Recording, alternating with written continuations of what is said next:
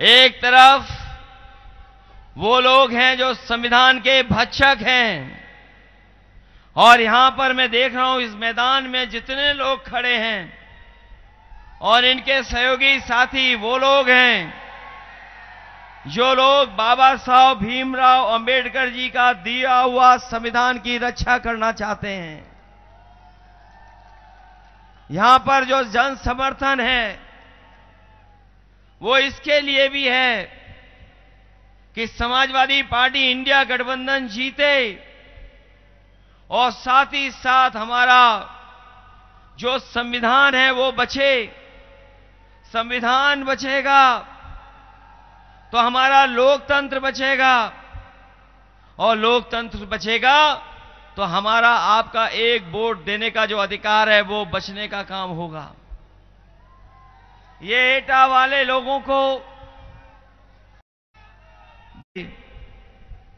किसान की पैदावार की कीमत देंगे और उन्हें खुशहाल बनाने का काम करेंगे।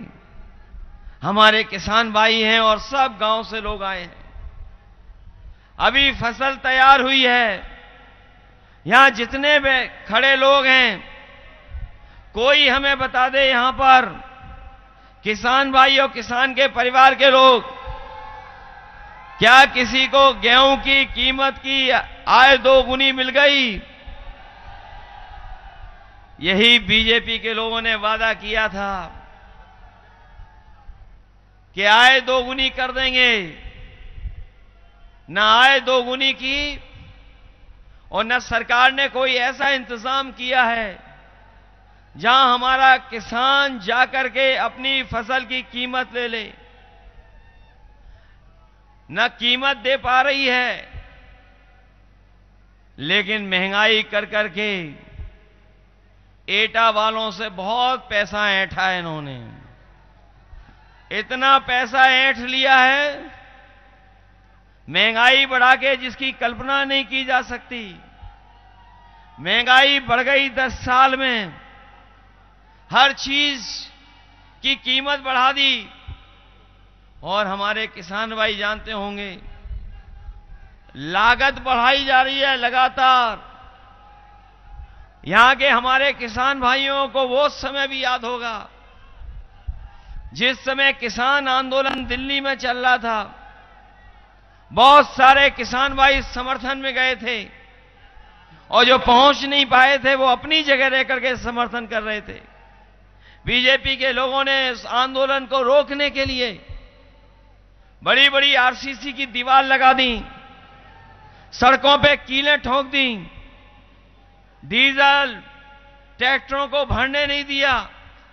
लेकिन उसके बावजूद भी देश के किसान वहां इकट्ठा होकर के धरने पर बैठ गए।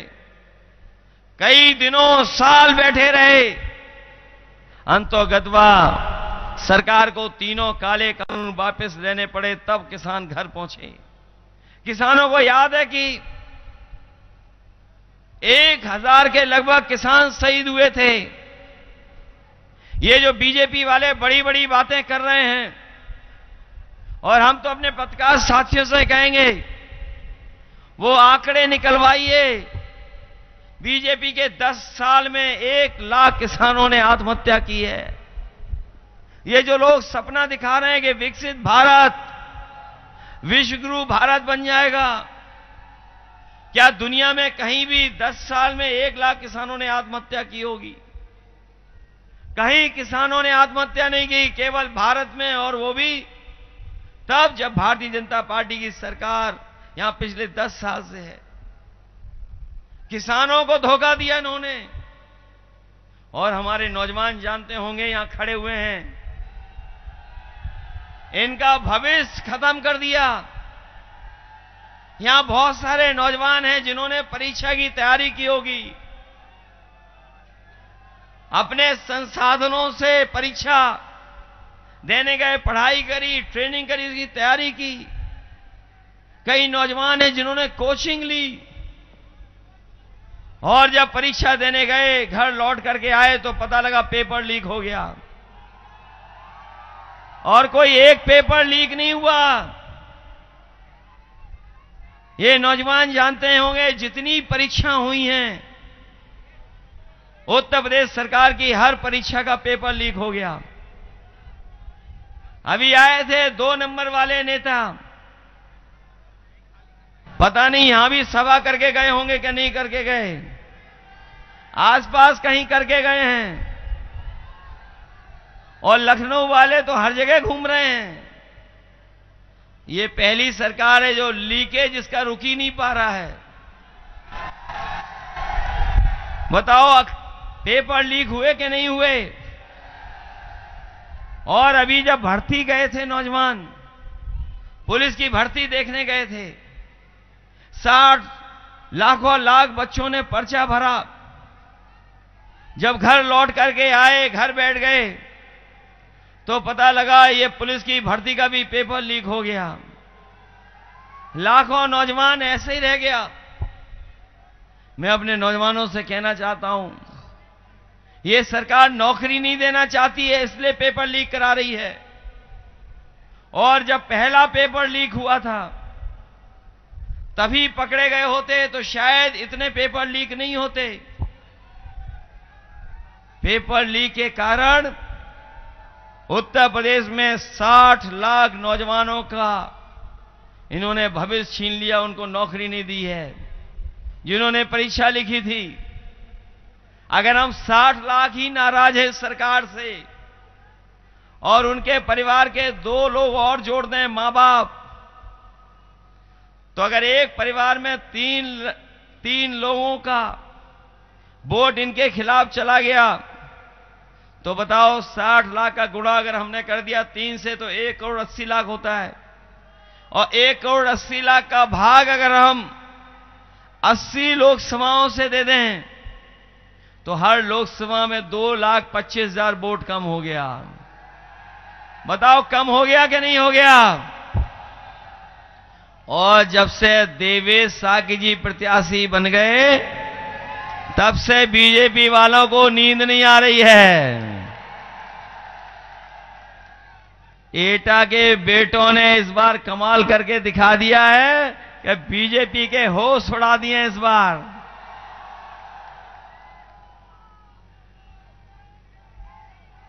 बताओ विरोधियों को समझ में नहीं आ रहा है और उनके पास जवाब नहीं है कि नौकरी क्यों नहीं दे रहे। और नौकरी नहीं, हम जानते हैं एटा के और मैनपुरी और आसपास के जिले जो अपने घर के जिले हैं, यहां के नौजवान हमेशा फौज के लिए जाते थे। बड़े पैमाने पे यहां पर गांव-गांव लोग फौज की तैयारी करते हैं। सबसे ज्यादा अगर फौज से रिटायर्ड लोग होकर के आए हैं, अगर पश्चिम में वो जिले हैं मुजफ्फरनगर और जिले हैं, तो अगर हमारे आसपास के जिले एटा, मैनपुरी, फिरोजाबाद वो जिले हैं जिसमें सबसे ज्यादा लोग फौज में जाते थे और फौज से लौट करके आते थे। इस सरकार ने, बीजेपी के लोगों ने पूरी जानकारी हासिल की कि ये फौज के लोग जाते हैं तो उनके घर की आर्थिक स्थिति कैसी रहती है, उनका सामाजिक स्तर कितना बढ़ जाता है। जब बीजेपी को यह पता लग गया सर्वे के बाद कि गांव का जवान, नौजवान जब जाता है फौज में और सेवा करने जब देश की जाता है, सीमा की रक्षा करता है, तो न केवल जवान देश की रक्षा करता है बल्कि अपने घर का सामाजिक स्तर भी बेहतर कर देता है। उसके आने वाली पीढ़ी पढ़ लिख लेती है। इसलिए जानबूझ करके इन्होंने पक्की नौकरी को रोकने का काम किया है। फौज की पहले जैसे भर्ती होती थी वो बंद कर दी और ये जो अग्निवीर व्यवस्था लेकर के आए हैं, मैं अपने नौजवानों से कहना चाहता हूं और फौज के लोगों से जो रिटायर हैं उनको तो सम्मान मिलता है, पेंशन मिलती है, सब कुछ। इंडिया गठबंधन की सरकार बनेगी तो ये अग्निवीर जैसी नौकरी समाप्त कर करके पहले जैसी भर्ती शुरू कराने का काम करेंगे। ये बीजेपी वालों ने अभी तो फौज की भर्ती 4 साल की है। ये दोबारा सरकार में आ गए, तो ये जो खाकी वाले घूम रहे हैं कभी कभी गुस्सा दिखाते हैं, इनकी भी नौकरी 3 साल की हो जाएगी। और जब ये 3 साल बाद वापस आएंगे तो हमारे आपके साथी यहीं घूम रहे होंगे। कभी कभी पत्रकार साथी पूछते हैं कि 3 साल की कैसे नौकरी हो जाएगी। मैं उनसे पूछता हूं, ये बताओ पूरे देश को किसी को पता था कि अग्निवीर 4 साल की नौकरी हो जाएगी? बताओ आपको किसी को पता था कि आधी रात नोटबंदी हो जाएगी? किसी को पता था कि जीएसटी लागू कर देंगे? किसी को पता था कि बीजेपी के लोग इलेक्टोरल बॉन्ड से हजारों करोड़ रुपए वसूल लेंगे? तो इसलिए ये भी सावधान रहें। फौज की अगर 4 साल की नौकरी हो जाएगी तो इनकी भी 3 साल की नौकरी बीजेपी वाले कर देंगे। और ये इसलिए कर रहे हैं क्योंकि इन्हें नौकरी न देनी पड़े, आरक्षण न देना पड़े। ये जो लोग कह रहे हैं आजकल, बड़े बड़े जो दिल्ली से लेकर के और जो बीजेपी को कभी कभी सुझाव देते हैं, जो केवल भारत का नहीं दुनिया का सबसे खतरनाक परिवार है, इन्हें हमारे आपके परिवार की तो चिंता है, लेकिन इनके साथ एक सबसे खतरनाक परिवार है जो आरक्षण खत्म करना चाहता था। अब वोट चाहिए तो कह रहे कि आरक्षण खत्म नहीं होगा, आरक्षण नहीं खत्म होगा। मैं उनसे पूछना चाहता हूं, ये बताओ, अगर भारत सरकार की बड़ी बड़ी कंपनियां बिक जाएंगी और प्राइवेट हाथों में चली जाएंगी तो आरक्षण कहां मिलेगा? ये जो हवाई जहाज वाले विभाग बेच दिया, एयरपोर्ट बेच दिया, जिसमें लाखों लोगों को नौकरी मिलती थी, बताओ वहां क्या आरक्षण लागू होगा? अगर रेल बिक जाएगी तो क्या वहां आरक्षण होगा? अस्पताल में जो आउटसोर्स में नौकरी आ गई, क्या उसमें आरक्षण होगा? और ये अगर भर्ती से लेकर के और जो कर रहे हैं संविदा और आउटसोर्स पे, उसमें क्या आरक्षण होगा? ये न केवल नौकरी खत्म करना चाहते हैं बल्कि आरक्षण भी खत्म करना चाहते हैं। ये इनकी बड़ी साजिश है, लेकिन हम समाजवादी लोग इनको कामयाब नहीं होने देंगे। ये जहां जा रहे हैं, ये बीजेपी वाले जहां जहां जा रहे हैं, हम लोगों की बुराई कर रहे हैं। जहां जाते हैं बुराई करते हैं, लेकिन इस बार हम लोगों ने तय कर लिया है कि इनकी बैंड बाजे से विदाई करेंगे, बहुत ढोल नगाड़े से विदाई करेंगे। ये 14 में आए थे और 24 में चले जाएंगे। इन्होंने बहुत अन्याय किया है, बहुत लोगों को तकलीफ परेशानी पहुंचाई है, झूठे मुकदमे लगे हैं। बताओ यहां झूठे मुकदमे लगे समाजवादियों पे क्या नहीं लगे? न केवल समाजवादियों पे, आम जनता पे भी झूठे मुकदमे लगा दिए। न जाने कितने लाखों की संख्या में हैं जिन पर इस सरकार ने झूठे मुकदमे लगाए। आप सोचिए, दिल्ली के मुख्यमंत्री को जेल भेज दिया, आप आदमी पार्टी के मुख्यमंत्री को। बताओ झूठे मुकदमे लगा करके भेजा कि नहीं भेजा? अगर कोई आरोप है तो आरोप तो किसी पे भी लगा दो, आप आरोप लगा के ही जेल भेज दिया। और आपकी जो पोल खुल गई इलेक्टोरल बॉन्ड से, कोई सोच सकता है? हम और आप लोग भी कभी कभी कुछ कार्यक्रम करते हैं, लोग सहयोग करते हैं, 1000-2000 रुपए का सहयोग कर देते हैं, 5000 रुपए का सहयोग कर देते हैं, 1 लाख का जो संपन्न होता है वो सहयोग कर देता है। लेकिन सोचो बीजेपी के लोगों को कितने रुपए की मदद हो रही है? 1000 करोड़ की, 600 करोड़ की, 500 करोड़ की, 400 करोड़ की। और इन्होंने तो उसको भी नहीं छोड़ा, जो वैक्सीन वाली कंपनी थी उससे भी पैसा वसूल लिया। जो कोरोना में वैक्सीन लगवा रहे थे उस कंपनी से चंदा वसूला कि नहीं वसूला? और उनसे चंदा इसीलिए वसूला है, उन्हें डराया धमकाया, उन्हें झूठे मुकदमे लगाने के लिए कहा। ईडी सीबीआई इनकम टैक्स भेज दी, इनकम टैक्स ईडी सीबीआई इनको भेज करके इन्होंने चंदा वसूला है। इसलिए इस बार इन चंदा वसूलने वालों का हिसाब किताब होगा और एक एक वोट डाल करके इनको हटाने का काम इंडिया गठबंधन करेगा। जो पश्चिम से हवा चली है, जो पहले चरण से हवा चली है, बताओ बीजेपी का सफाया होता चला जा रहा है कि नहीं होता चला जा रहा है? क्या एटा वालों इस बात छोड़ दोगे ने? 10 साल, ये जो 10 साल से लोग सरकार में हैं, केवल एक सरकार का हिसाब किताब इनसे नहीं मांगना है। दिल्ली वालों के 10 साल का हिसाब किताब और 7 साल उत्तर प्रदेश की सरकार का हिसाब किताब। बताओ 17 साल में एटा को क्या दिया इन्होंने, बता दो हमें। एटा वालों की जेब से ऐंठ लिए होंगे पैसे। बताओ पैसे इन्होंने ऐंठे कि नहीं ऐंठे? जो समाजवादियों ने एम्बुलेंस बनाई थी वो भी खराब कर दी इन्होंने। गांव-गांव गरीबों की मदद करती थी एम्बुलेंस।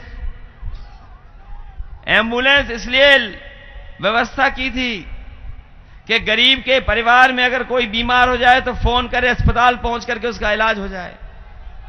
इन्होंने न केवल एम्बुलेंस खराब की है, बल्कि अस्पताल में किसी गरीब को इलाज नहीं मिल पा रहा है। बताएं ये बीजेपी वाले कहीं एक जिला अस्पताल बनाया हो जहां पर गरीबों को इलाज मिल पा रहा हो। हमारा गरीब अगर बीमार हो जाए तो भागता है बड़े शहरों की तरफ।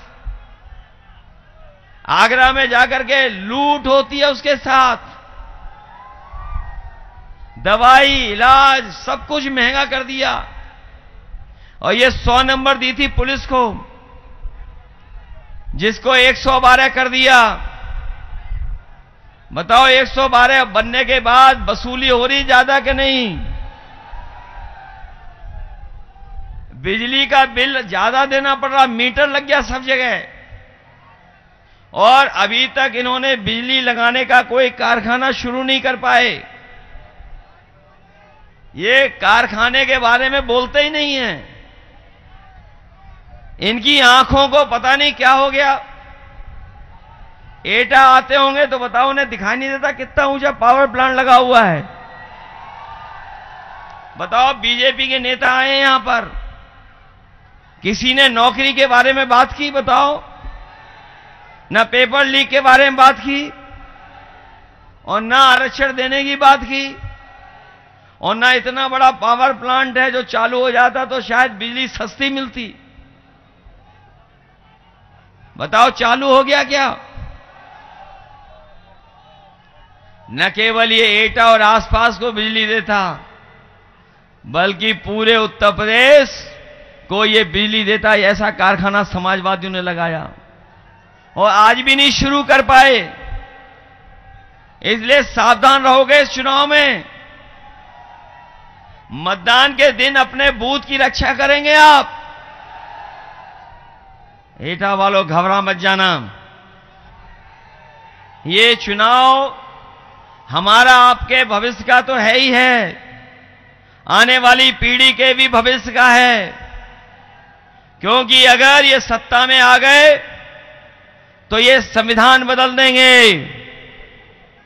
जो बाबा साहब भीमराव अम्बेडकर जी ने हमें संविधान दिया है, इस संविधान को बदलना चाहते हैं। आपके हमारे एक वोट के अधिकार को छीनना चाहते हैं। यही संविधान है जो हमें सम्मान दिलाता है। यही संविधान है जो हमें अधिकार दिलाता है। यही संविधान है जो हमारी संजीवनी है। इसलिए लोकतंत्र को बचाने के लिए, आपको संविधान बचाने के लिए एक एक वोट समाजवादी पार्टी के पक्ष में डालने का काम करना, साइकिल चुनाव चिन्ह पे डालने का काम करना। और जब ये बड़े बड़े उद्योगपतियों का कर्ज माफ कर रहे हैं, 16 लाख करोड़ रुपया इन्होंने माफ किया बड़े बड़े उद्योगपतियों का। और जब इन्होंने नियम बनाया तो नियम ये बनाया कि 5 करोड़ रुपए से ऊपर जिन्होंने बैंकों से कर्ज लिया उन्हीं का माफ करेंगे। 16 लाख करोड़ रुपए माफ किया इन्होंने। हम अपने किसान भाइयों कह के जा रहे हैं कि आपका पूरा का पूरा कर्ज माफ होगा दिल्ली की सरकार बनने पर। इंडिया गठबंधन पूरे के पूरा किसानों का कर्ज माफ करेंगे और अपने नौजवानों को जितनी भी नौकरियां खाली हैं, जितनी भी नौकरियां खाली हैं, लाखों लाख नौकरियां 30 लाख से ज्यादा खाली हैं, उन नौकरियों को भरेंगे और फौज, पैरामिलिट्री और भर्तियां बड़े पैमाने पर कराई जाएंगी जिससे हमारे नौजवानों को नौकरी करने का मौका मिल जाए। ये बीजेपी वाले नकलची लोग हैं। जब इन्हें वोट चाहिए था तो राशन दे रहे थे, रिफाइंड तेल दे रहे थे, नमक दे रहे थे और चने की दाल दे रहे थे, चना भी दे रहे थे। सरकार बना ली तो बताओ क्या मिल रहा है अब। इसलिए ये जो राशन दे रहे हैं ये बिल्कुल थर्ड क्लास दे रहे हैं। हम अपने गरीबों को कहना चाहते हैं कि न केवल पौष्टिक बल्कि गुणवत्ता के साथ राशन दिलाने का काम इंडिया गठबंधन और समाजवादी पार्टी करेगी। और जिस तरीके से संपन्न लोग बड़े बड़े शहरों में पैकेज्ड आटा खा रहे हैं, स्वादिष्ट और पौष्टिक, अगर हम लोगों की सरकार बनेगी तो पौष्टिक आटा के साथ साथ आपका डाटा भी फ्री देने का काम होगा। और डाटा इसलिए फ्री देना चाहते हैं कि आज हर जानकारी, आज हर जरूरत की चीज, सरकार से लेकर के और चीजों को सब हम लोग अपने मोबाइल के माध्यम से, इंटरनेट के माध्यम से देख सकते हैं, कर सकते हैं और मदद ले सकते हैं। इसलिए स्वास्थ्य के लिए तो आटा और राशन बेहतर गुणवत्ता के साथ और अपने लोगों को जोड़ने के लिए, उनकी मदद के लिए डाटा फ्री देने का काम करेंगे। हम लोग जानते हैं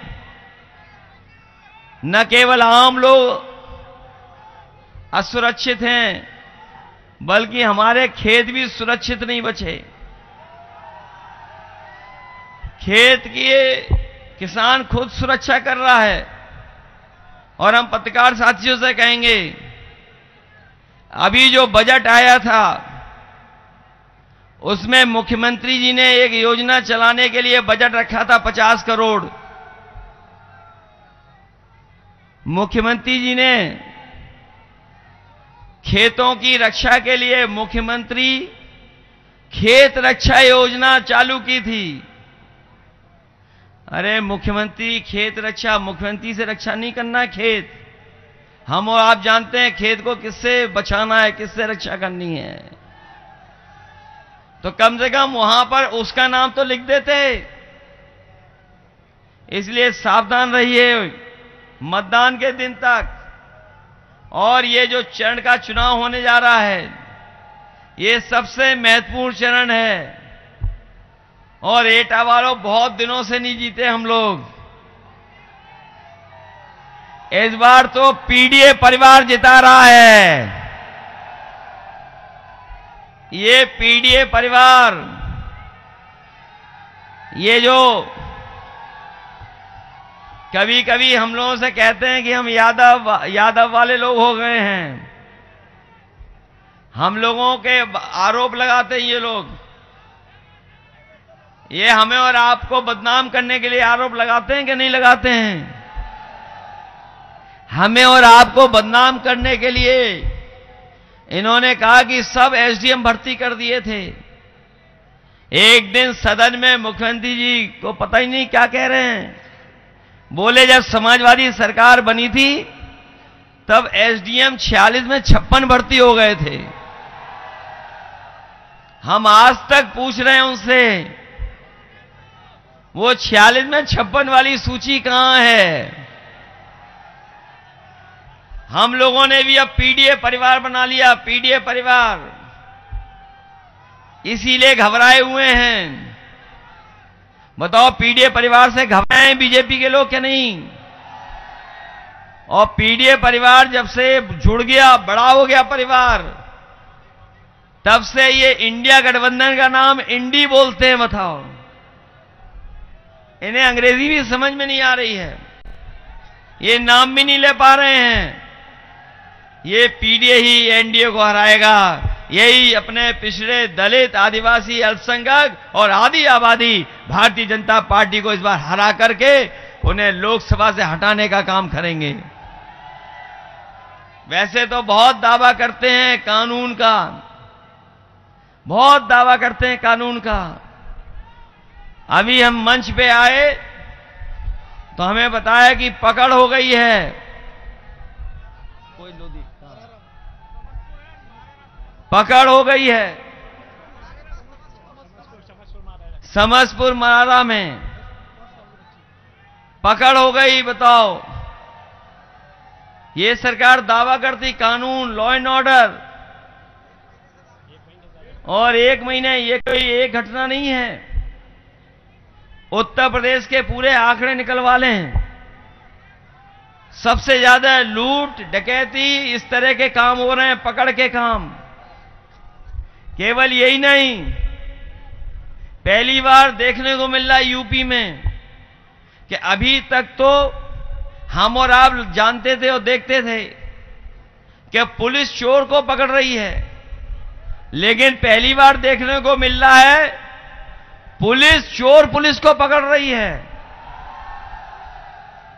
और अपराधी खुले घूम रहे हैं। जितने भ्रष्टाचारी हैं, जितने माफिया, जितने अपराधी हैं, सब भारतीय जनता पार्टी ने अपने गोदाम में रखे हुए हैं, अपने दल में जोड़ लिया सबको इन्होंने। ये जो हम लोगों को और आपको केवल बदनाम करना चाहते हैं, ये बदनाम करने के लिए हमारे आपके ऊपर अन्याय कर रहे हैं। क्या अरविंद केजरीवाल पर कोई ऐसा आरोप था जेल जाने का? बताओ, मुख्यमंत्री को जेल भेज दिया। अभी हम लोग झारखंड गए थे, लाखों लाख की रैली थी, इतनी बड़ी रैली कि हम लोग देख नहीं सकते थे, पूरे झारखंड के लोग इकट्ठे थे वहां। झारखंड के मुख्यमंत्री जेल भेज दिया बिना किसी उसके। इसीलिए हम कहना चाहते हैं आपसे, इतिहास उठा करके देख लेना। जिस तानाशाह के बारे में हम लोग कभी कभी चर्चा करते हैं, हिटलर, वो भी तानाशाह बोट से आया था, बोट से पहुंच करके कब्जा कर लिया, हटा नहीं। ये लोग भी बोट से पहुंच करके कब्जा करना चाहते हैं। इसलिए हमारी आपकी जिम्मेदारी बनती है कि अगर लोकतंत्र में हमें अधिकार मिला है वोट डालने का, तो इन्हें वोट डाल करके इनको सत्ता से हटाने का काम करें। बोलो, हटाओगे इन्हें सब लोग? तो एटा को हम लोग गिन लें इस बार। इससे अच्छा समीकरण क्या होगा बताओ? सब वोट दे रहे हैं आपको, और तभी उनकी भाषा बदल गई दिल्ली वालों की। बताओ, दिल्ली वालों की भाषा बदल गई कि नहीं बदल गई? कुछ चीजों का नाम ले रहे हैं, वो उनके जीवन में कभी आई नहीं वो चीज। और अपने लखनऊ वालों की भी भाषा बदल गई। बताओ, भाषा बदल गई कि बदल नहीं? न महंगाई पे बात कर रहे हैं, न बेरोजगारी पे बात कर रहे हैं, न किसान की तकलीफ परेशानी की बात कर रहे हैं, और न पेपर लीक पे बात कर रहे हैं। इसलिए नौजवानों, याद रखना, तुम्हारी नौकरी तो छीनी छीनी है, लेकिन सोचना घर जाकर के, तुम्हारा 1/3 जीवन इस भारतीय जनता पार्टी ने बर्बाद कर दिया। 1/3 जीवन जो लौटेगा नहीं, उस 1/3 जीवन को इन्होंने बर्बाद कर दिया।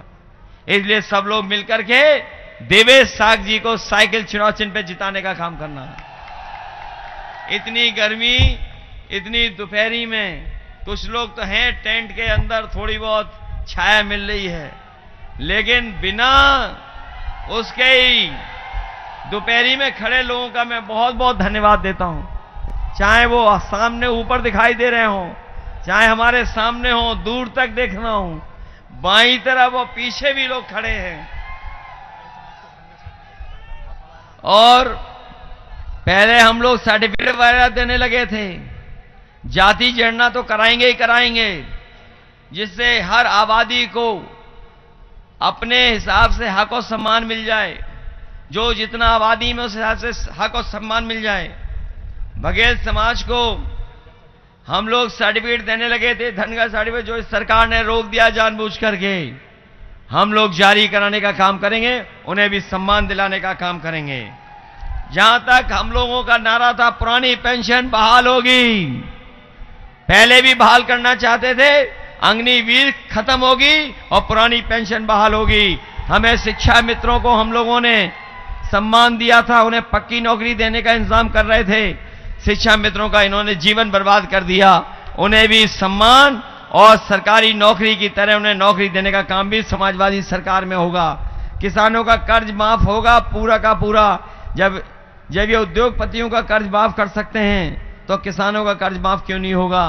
एटा कासगंज के लिए लिंक करने के लिए ट्रेन सुविधा, ये तो आने वाले समय में इंडिया गठबंधन की सरकार बनने जा रही है, आपकी लिंक ट्रेन की व्यवस्था भी कराने का काम हम लोग करेंगे।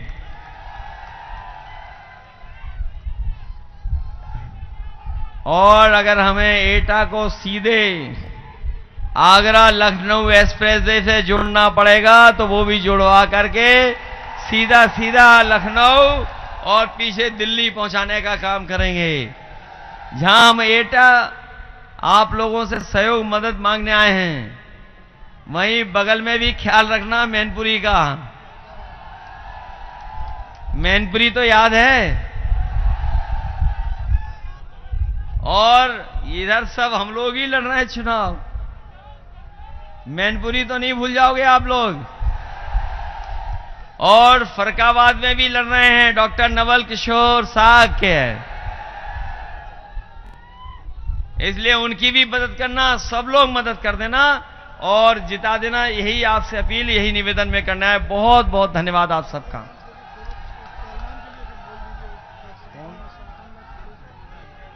और लोधी राम सेवक पहलवान जी को हम लोग संगठन में रखेंगे। लेकिन याद रखना, ये संविधान बचाने का चुनाव है।